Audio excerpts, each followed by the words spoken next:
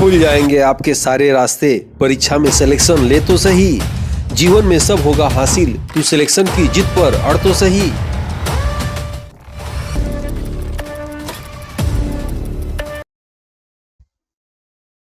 सिपाही selection batch में आप सबका स्वागत है।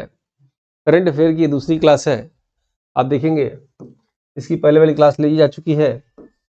तो आपके चैप्टर में एक है राष्ट्रीय और अंतर्राष्ट्रीय महत्व के समसामयिक विषय, जिसका जो है क्वेश्चन हम लोग हल करने जा रहे हैं। ठीक है, तो चलिए आइए देखते हैं। आपकी एग्जाम में पूछेगा सुब्रमण्यम समिति का गठन किससे संबंधित है, तो याद रखिएगा पर्यावरण से संबंधित है। नेक्स्ट देखेंगे दांतेवाला समिति का संबंध किससे है, तो बेरोजगारी के अनुमान से संबंधित है। सुरेश तेंदुलकर समिति का संबंध किससे है, तो गरीबी से है। गुईपुरिया समिति का संबंध किससे है, तो बैंकिंग सेवा के सुधार से संबंधित है। भारत का प्रथम पूर्ण रूपे ई शासित राज्य कौन सा है, केरल है। उड़ीसा राज्य ने हाथियों को दुर्घटनाओं से बचाने के लिए स्वचालित सायरन लगाने की योजना किया। पूछेगा स्वचालित सायरन लगाने की योजना किस राज्य ने शुरू किया है, तो केरल ने। ठीक है, आप जानते होंगे ई शासित मतलब इलेक्ट्रॉनिक शासित कौन सा है, तो केरल है।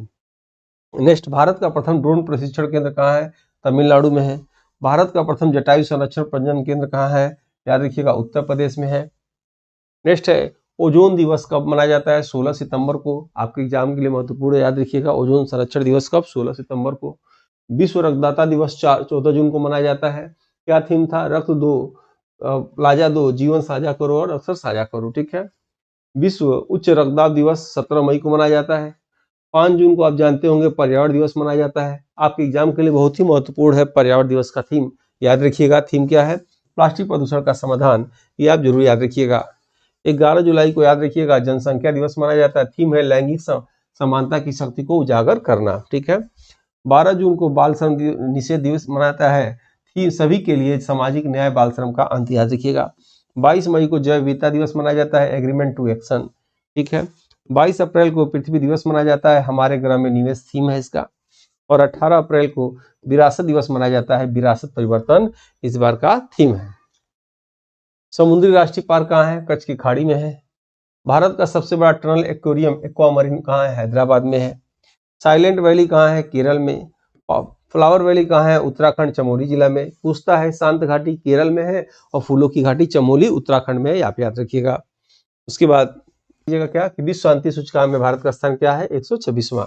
हेनले पासपोर्ट इंडेक्स में भारत का स्थान कितना है, 80वां। 139 देशों में नवीनतम विश्व बैंक राष्ट्र सूचकांक में भारत की रैंकिंग कितना है, 38वां।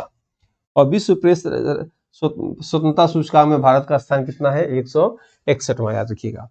कोप 28-23 में कहाँ हुआ, दुबई में हुआ। कोप 28 क्या है, जानते हैं जलवायु परिवर्तन का एक संयुक्त सम्मेलन होता है जिसे कोप के नाम से जाना जाता है।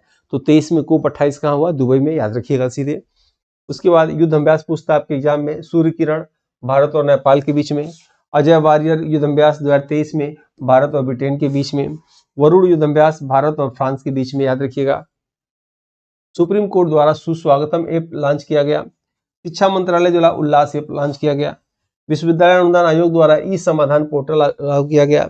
2023 में श्री भूपेंद्र यादव केंद्रीय पर्यावरण मंत्री द्वारा मेरी लाइफ ऐप को लॉन्च किया गया। उसके बाद 2023 में संयुक्त राष्ट्र के सतत विकास लक्ष्यों के स्थानीयकरण को अपनाने वाला प्रथम राज्य क्या है, मध्य प्रदेश है, याद रखिएगा। उत्तर प्रदेश के श्री ऋत्विक सत्यपाल को 2023 में ऋत्विक सत्यपाल को 23 के लिए पद्मश्री पुरस्कार कला के क्षेत्र में इनको दिया गया।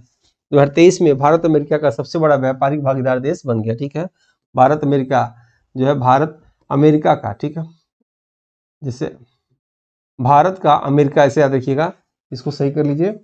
2023 में भारत का अमेरिका जो है सबसे बड़ा भागीदारी देश बन गया। गणतंत्र दिवस 2023 के परेड के अवसर पर उत्तराखंड राज्य को झांकी प्रदर्शन में प्रथम स्थान दिया गया। आ सकता है 2023 में प्रथम स्थान किसे दिया गया, उत्तराखंड को। पद्म पुरस्कार कितने दिए गए, तो 106 दिए गए। आपको मालूम होगा भारत का सबसे बड़ा नागरिक पुरस्कार भारत रत्न पुरस्कार, भारत का दूसरा सबसे बड़ा नागरिक पुरस्कार पद्म पुरस्कार। पद्म पुरस्कार 3 प्रकार का होता है, सबसे बड़ा जो होता है पद्म विभूषण, उसके बाद पद्म भूषण, उसके बाद पद्मश्री होता है, वही एग्जाम में पूछता है। तो पद्म पुरस्कार कितना दिया गया, 106। जिसमें पद्म विभूषण 6 और पद्म भूषण 9 और पद्मश्री 91 दिया गया। ठीक है, पद्म पुरस्कार में कुल 19 महिलाएं शामिल थी, याद रखिएगा। पद्म पुरस्कार में 2 विदेशी व्यक्तियों को और 7 मरणोत्तर को पुरस्कार ये दिया गया। ठीक है, तो इसी के साथ ये क्लास ओवर करते हैं। आप सबसे गुजारिश है, चैनल नया है तो वीडियो को जो आप लोग जरूर लाइक कर दीजिए, सब्सक्राइब कर दीजिए, हो सके तो शेयर करिए। ठीक है, मिलते हैं नेक्स्ट वीडियो में। जय हिंद, जय भारत। खुल जाएंगे आपके सारे रास्ते, परीक्षा में सिलेक्शन ले तो सही, जीवन में सब होगा हासिल, तू सिलेक्शन की जिद पर अड़ तो सही।